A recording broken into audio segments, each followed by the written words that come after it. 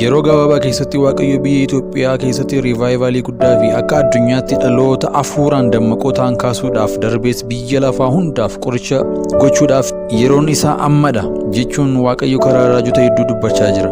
Eebba kana keessa hirmaachuu of qopheessuun barbaachisaa ta'ee argameera. Waldaa nama guddisu qabaachuunis dirqama ta'eera. Kanaaf waldaa akkamitti yoon qabame naaf wayyaa? Waldaa filachuuf ulaagaan wangeelaan deeggarame maali? Boonsaa Addisuu Guuteen jedhama. Chaanaalii kanarratti waa'ee akkaataa jireenyaa kiristaanotaa macaafi maal jedha jedhu waliin Waaqayyo irraa baranna. YouTube chaanaalii kanaaf haaraa yoo taate viidiyoowwan haaraan akkasii ga'aniif subscribe godhi, akkasumas mallattoo bilbilaa tuquu hin dagatin. Yeroo keenya hafe Waaqayyo nuuf haa eebbisu. Waldaa akkamitti yoo qabamne nuuf wayya? Waldaa filachuuf ulaagaan wangeelaan deeggarame maali? Sababoota garaagaraatiin waldaa itti qabamnee jiru dhiisnee iddoo biraa ni deemna. Waldaa itti qabamnee jiraachuun immoo dirqama keenya waan ta'eef waldaan wangeelaan deeggarame akkamittiin adda baafadha jennee baay'ee of gaafachuu dandeenya. Waldaa tokkotti qabamuu koon dura waldaa sirrii akkamiin adda baafadha? Waldaa kamitti yoon qabameen jireenya hafuuraa kootti jabaachuu danda'a? Gaaffiiwwan kun ka'uu ni malu. Addunyaa kanarra waldaan sirriin yookaan perfect taatee jiraachuu dhiisuu mala. Sababni isaa macaafni waldaa akka kiyyoo qurxummii qabuuf bishaanitti darbatamee qurxummiis bofas bineensa kan biraas fuudhee ba'utti fakkeessudha. Dhuguma waldaa sirrii argachuudhaaf dhama'uun nurra hin jiru. Namoonni amananii waldaatti qabamanii jiran sadarkaan amantii, amala, beekumsa, obsa, jaalala, muuxannoo isaanii garaagara waan ta'eef perfektiidha waldaan nuti jennu addunyaa kanarra jiraachuu hin danda'u. Garuu akka macaafa qulqulluutti maalirratti hundoofnee waldaa itti qabamnu filanna? Waldaa sirrii nuuf ta'uu fi amma lafarra jirrutti waldaa nuti itti qabamuun nuuf ta'u waldaa akkamiiti? Wangeelli waa'ee waldaa sirrii filachuu maal nuun jedha?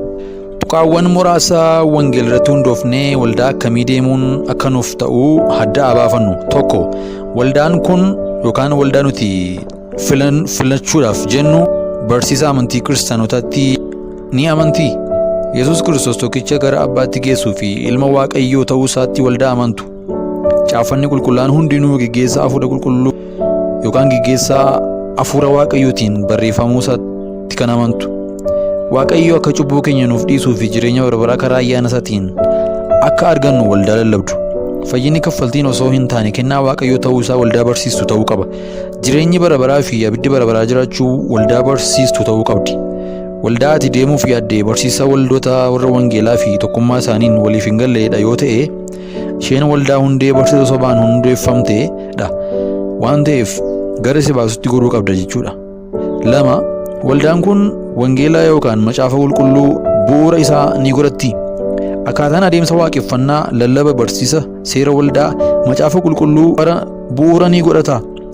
Waaqayyoo waldaa tokkoof ofiisaa kan inni mul'isu Yesuus keessaanidha. Yesuusiin kan nuti barru immoo macaafa qulqulluu dubbisneetti.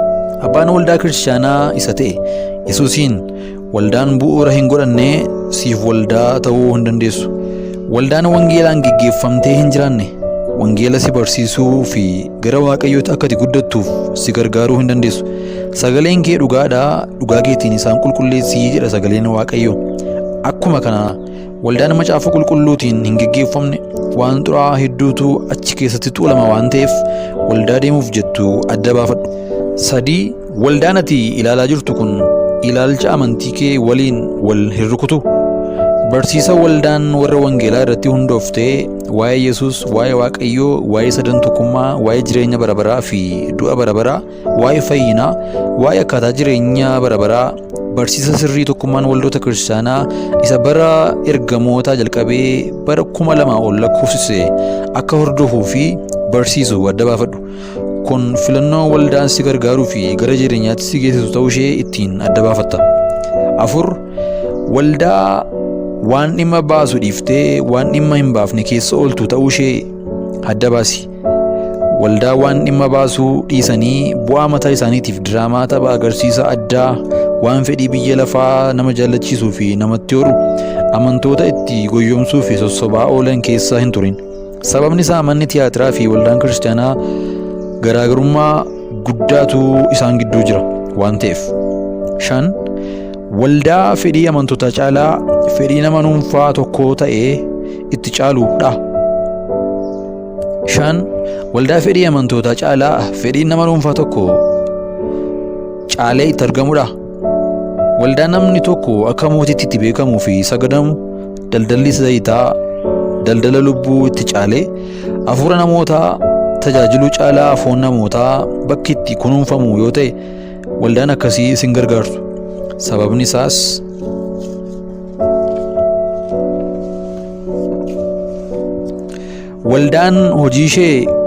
waldaan hojiin ishee inni guddaan namoota mootummaa Waaqayyoo keessatti eeguudha malee gara biyya lafaatti oofuu fi ari'uu miti. Waldaan hojiin ishee inni guddaan tokkummaa amantootaa cimsuudha malee sooressootaa fi hiyyeessota gargar qooddee barsiisuu miti. Waldaan waldaadha kan isheen jedhamtu qaamni Kiristoos hunduu yoo keessatti hirmaatedha.